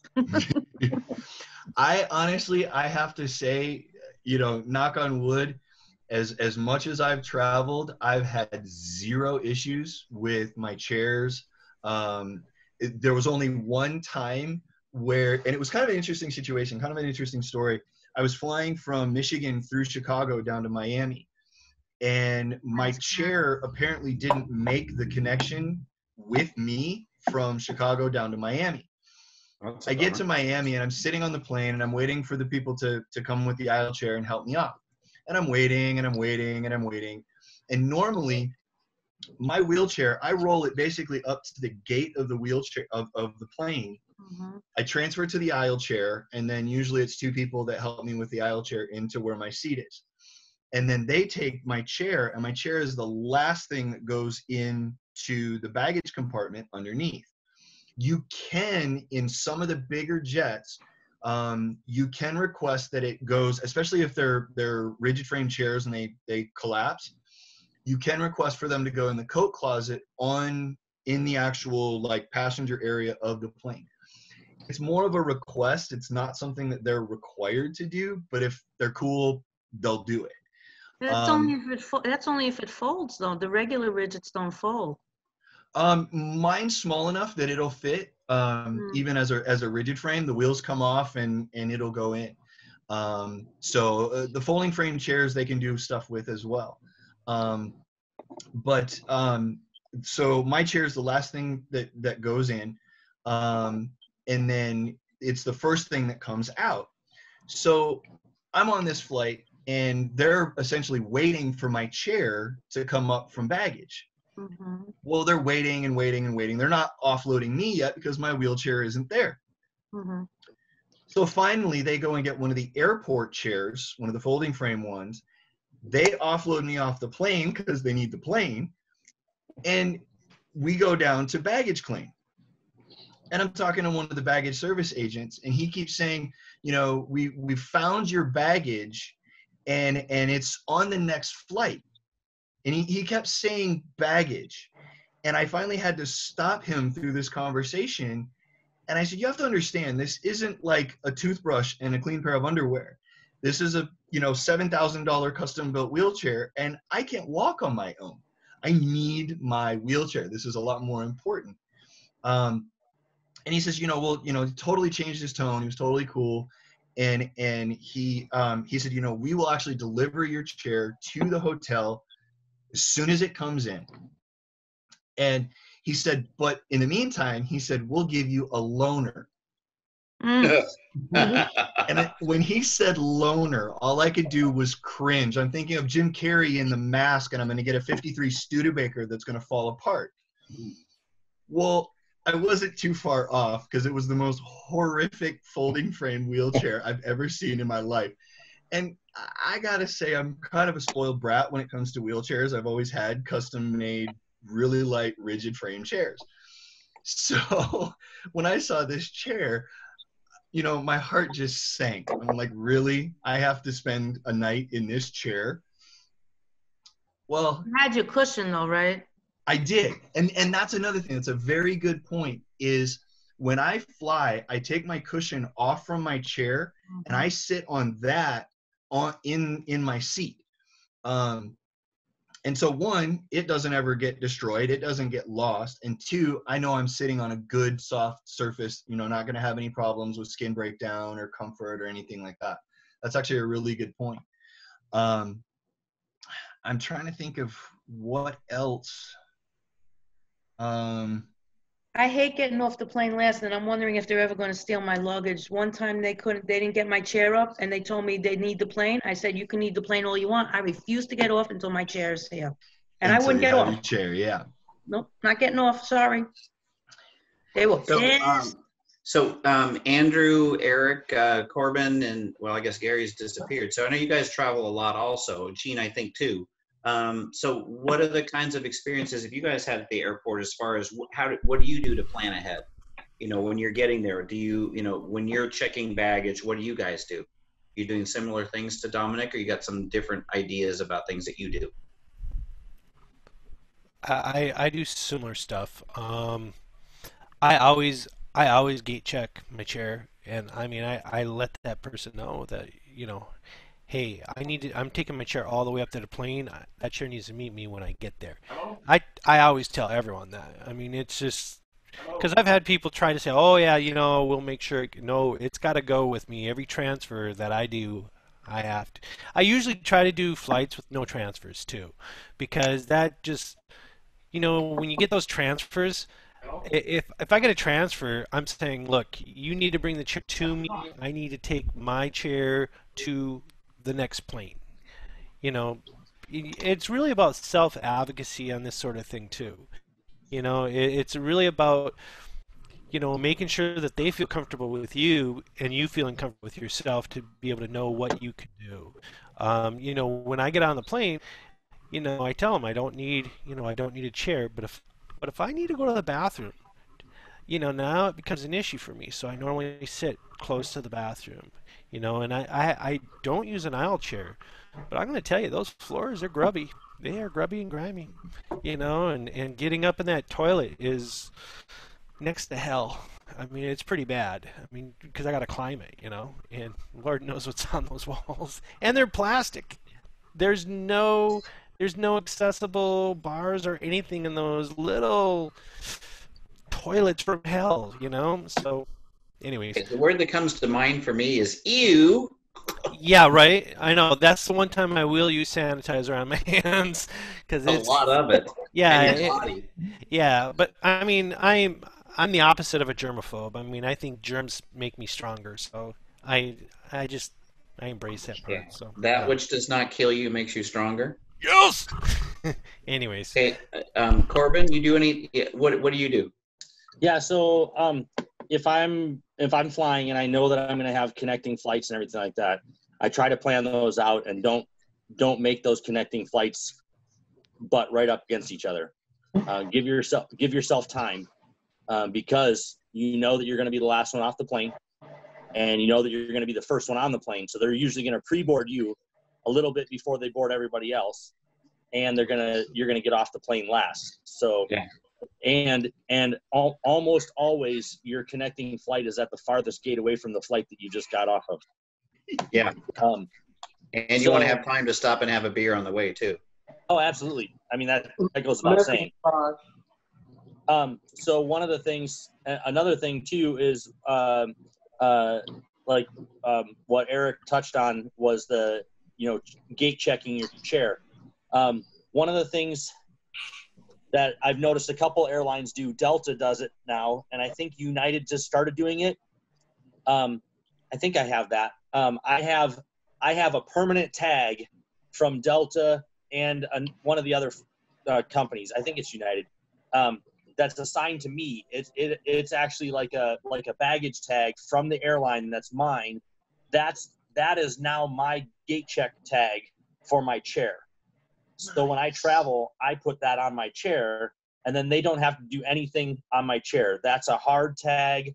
It's like a permanent gate tag that's assigned to me. And I have them around here. I have it in a drawer somewhere here when I travel.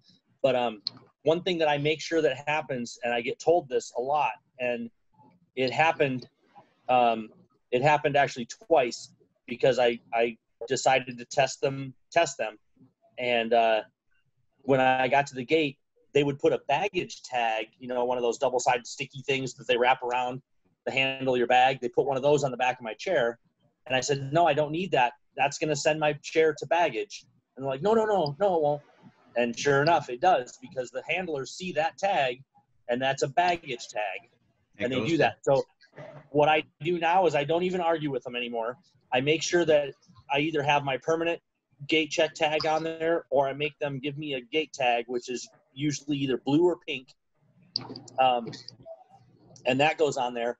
And if they put that baggage tag on there, I just let them do it, because it's just going to save a whole lot of time and everything. I let them do that, and as I roll away, I rip it off there, and my chair goes on there, and my chair has come up to the gateway. the jetway every single time since I started doing that. But every single time that and it's only happened twice, but every single time that I let them talk me into things have changed, and my chair's not going to go to baggage when they put that tag on there, it goes to baggage, and then they have to get it. A lot of times I'll let them get me off the chair with the aisle chair, and possibly take me up the jetway and put me next to a seat, in the by the gate, so that I'm not holding up the plane. But I'll wait for my chair. I'll wait for somebody to get my chair. But I had the same thing happen like Dominic. I was on the way home from Catania, Italy, which is on Sicily, and I had my my layover in Rome, and they lost my chair. And somebody's here. They lost my chair, and I had my sport chair with me, so they got that one, and then I missed my connecting flight, and the woman was beside herself because she's like, "Oh, worst case scenario, you spend the night in Rome," and darn. Oh, that's just too bad, huh? Somebody's here. Yeah, so I spent the night in Rome in the luxury hotel in a suite. And I went into, and then they had like a bus that went into the city every night, but it wasn't accessible. So they hired a taxi for me to go in. And so I spent an entire day in Rome for free, and they flew me out the next day. They found my chair like within an hour, but my connecting flight was already boarding and gone. And there was only one flight a day. So, you gotta, they really want to work with you. So work with them. When you guys are traveling with your chairs, and so you gate check your chair, what do you leave on the chair? What do you take off the chair? Anything that can be removed comes off the chair. Yep. Anything and everything that that is not bolted on the chair comes off the chair, because it will not be on the chair when you get to wherever you're going. You'll never see it again. And I also don't show them that my wheels are quick release because it's a rigid frame. I don't show them that the wheels come off, because a lot of times the baggage guys, they'll want to take the wheels off, especially if they know that, oh, is this one of those that the wheels come off? I tell them, no, it doesn't. Because that just gives them more license to possibly lose something. So it doesn't fold, it doesn't come apart. Here it is. And I take my cushion off, and like my keys and my wallet and my phone and everything, that all comes with me. Yeah. Do you side even guards, fold, if they're removable. do you fold the backrest down at all? Because I don't even do that. My backrest is actually welded. It doesn't fold at all. So yeah, so I don't even do that. I don't like to fly, but what I did the first time I flew, because I was so paranoid, is I actually cut up pool noodles and put them all around the push rims. Oh wow, nice. Yeah, so one of the strangest things that I ever experienced was traveling. Gary's not here anymore? No, Gary's here. He's muted. Do you remember this, Gary, when we were traveling? Now I just lost his name. We were traveling, and the one guy lost his side guards. And so his chair came up and his side guards are gone, and they literally couldn't find them at all. And they never found them. So it's like, where are those side guards are loose around in the baggage area, in the belly of the plane somewhere, and like they just couldn't find them at all. Who was that guy, Gary? He's muted. Gary, you're muted. Unmute him, Karen. When you guys are booking your tickets, try to. What are you laughing about? We're backing up. Go ahead, Gary. Go ahead. Well, when you book a ticket, try to get direct flights that are non-stop flights. If you can, even you got to pay a little bit more for them. Do that, because that's one less transfer you got to make or anything, or else there's direct flights, but there's a direct non-stop flight that's not going to stop. There's direct flights that the plane will sit down, pick up passengers, leave them off, but you don't have to change planes. And if you do have to change planes, and it's in the wintertime, try to go to a southern city to make your plane switch. Because if you go up north, you never know when you're going to get snowed in or anything else. That's called adventure, Gary. Come on. I know, but I've sat in enough freaking airports because they were snowed in and everything else. It's not that much of an adventure. Gary, who was the guy that lost his side guards on the basketball team? Corbin Bew. No, it wasn't me. I've rarely. I don't remember. There's been a bunch of people that lost their side guards. There's not just one. There's been a number of people. The guy from New York. Well, there's only that narrows it. You mean Bob Deller? Yes. Okay, we'll leave it at Bob Deller. He's guilty. Yep. All right. Okay. So we're coming down to the wire here. So when you guys get to a hotel, what kind of things do you, when you call to make a reservation, what kind of things are you telling? Now, I know a lot of times when we're making a hotel reservations these days, you're not actually talking to the actual hotel you're not staying at. You're talking to some booking agent in Bangladesh.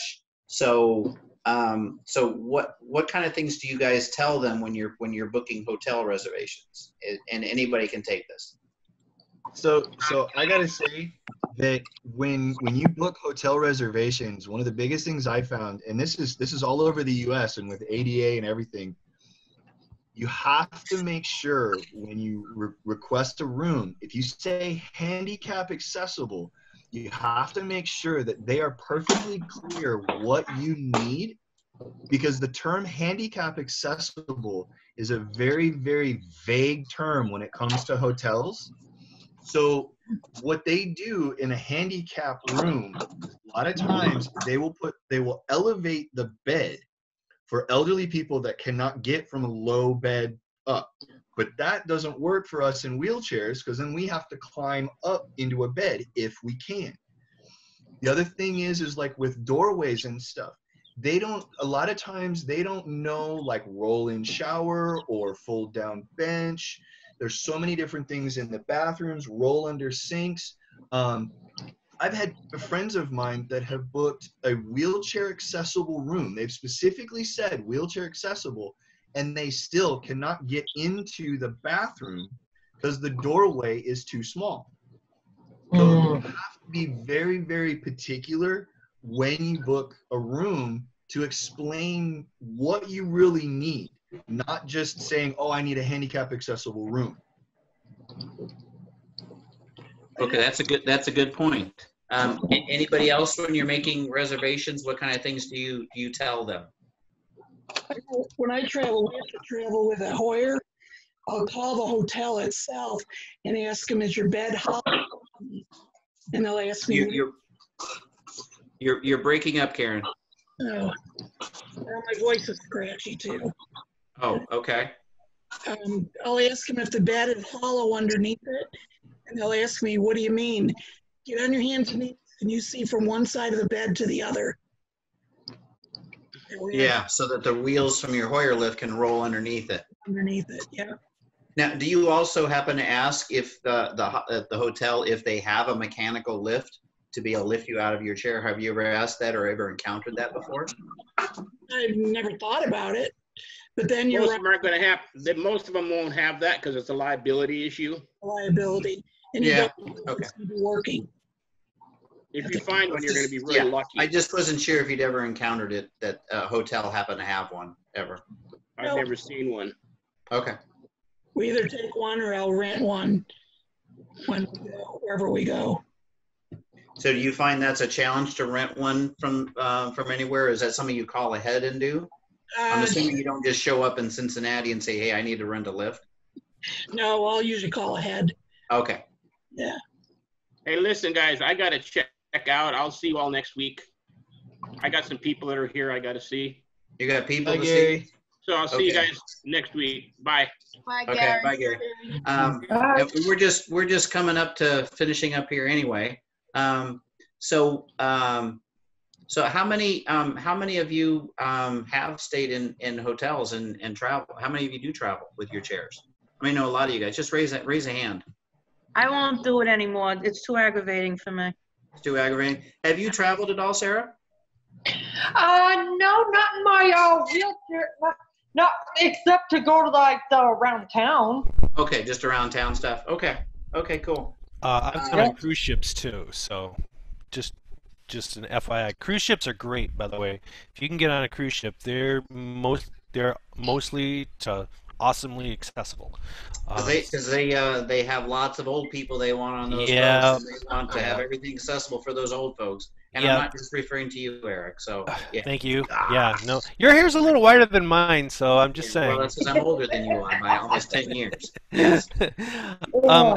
But yeah, you want to call with the cruise lines. You want to call at least a year ahead because the handicap rooms, they have really nice handicap rooms where wide doorways. You definitely want that. You don't want to have a lip, and the bathrooms are roll-in showers and all that. But you have to call about a year ahead of time to get those. They're not an easy thing to get because everyone wants them. So. And that's really planning ahead. Yeah, I mean seriously. And with cruise lines, typically you want to do that anyways. So. Yeah, to get good rooms and stuff. Yeah. Well, they usually only have, because I went on a cruise also. The first year I got disabled, I went on a cruise, and I did get the disabled room, which was great. And I mean, I even made a joke because I went 5 years in a row. And so when I became disabled, that was my 5th year. And when we passed in the small rooms, my friend said to me, she goes, wow, look how small those rooms are. And I said, and you too could be disabled. So, we cracked up, but they usually only have a few rooms. So you have to book early. Yeah. I mean, it probably depends on the cruise line as well, that, if they cater to an older population, there's going to be more of them than on some of them. And then you got to find out about the tenders too, whether or not you can get on the tenders and to go on excursions and things. That's where the challenge is. If you're down in like Puerto Vallarta or you're in Mazatlan or something, getting off a boat there on a tender could be very interesting. I had a scooter at the time, and they wouldn't do it, and I had to borrow a wheelchair from them. Yeah. Although when I cruised on the last time I cruised on Disney, they actually brought the boat right up to the dock, so there was no tender. You just rolled right off onto the dock, and there was actually a Walmart in the parking lot right across the street. It was interesting. When I went to Alaska, it was all just right into port. Every city so many places are like that nowadays. Yeah. When I went on the Virgin Islands, though, I had to navigate across a plank, so that was very interesting. That was not easy to do. I don't necessarily recommend it because I had to deal with stairs and plank and all kinds of fun stuff. Oh yeah. I'm sorry. The beach is always fun. What, Gene? I'm sorry. I'm asking Eric if you had to wheel the plank. No, I did not. I actually crawled across the plank, and I was like, "Hand me the chair," because I did not want to go in the water with the plank and the chair, and no. So, but very interesting. So I think we're going to go ahead and wrap it up for this evening here, and so we have one more class next week. And we're going to be doing some stuff with talking about wheelchair setup. I'll have a chair sitting here in front of me. I'll move my computer around so I can do my little wheelchair repair thing and look over the chair. If some of you guys have some toys like your Michelle with your Firefly, and you guys have got basketball chairs or off-road chairs or whatever you want to show, either make some videos of that or have it where we can kind of see you use it. That would be fabulous. And then we are, was that a question, Dominic? I was just going to say, I have specifically left the hair in my casters just so I can show you guys. Oh, perfect. Then I know who is cleaning casters next week. Okay, excellent. And then Sarah. Yeah, I'm going to try to do a video on like how to change out a flat tire. Excellent. All right, good. Yeah, but I won't actually take the wheels off. I'll just go over the steps. Okay, that'd be terrific. Thank you, Sarah. Good, great sharing stuff. Yeah, Can I volunteer Corbin to weld a chair from scratch parts in his garage so we can fix by the time we're done? Do that. Yeah, I second that vote. All set up and ready to go. Yep. Okay. All right, everybody. Minutes. Want to see it happen, Corbin. All right. Everybody have a great week. Be safe. and I will see you next Thursday, last class. Thank Okay. you. Thanks, everybody.